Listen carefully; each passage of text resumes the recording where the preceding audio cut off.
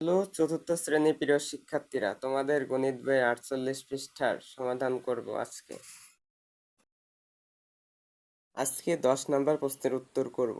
10 নম্বর প্রশ্নে বলছে, মুহিব সাহেব প্রতি মাসে 2345 টাকা করে সঞ্চয় করেন। তিনি 16 বছরে কত টাকা সঞ্চয় করবেন? প্রিয় শিক্ষার্থীরা, প্রশ্নের উত্তরটি আমরা বুঝে নেই। আমরা জানি 1 বছর সমান 12 মাস, 16 বছর সমান 12 গুণ 16 করলে আমরা পাবো 192 মাস।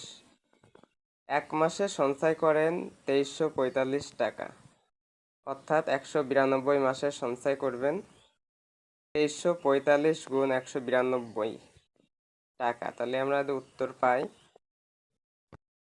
4,50,240 টাকা। শিক্ষার্থীরা, পরবর্তী ভিডিও পেতে চ্যানেলটি সাবস্ক্রাইব করে পাশে থাকবে।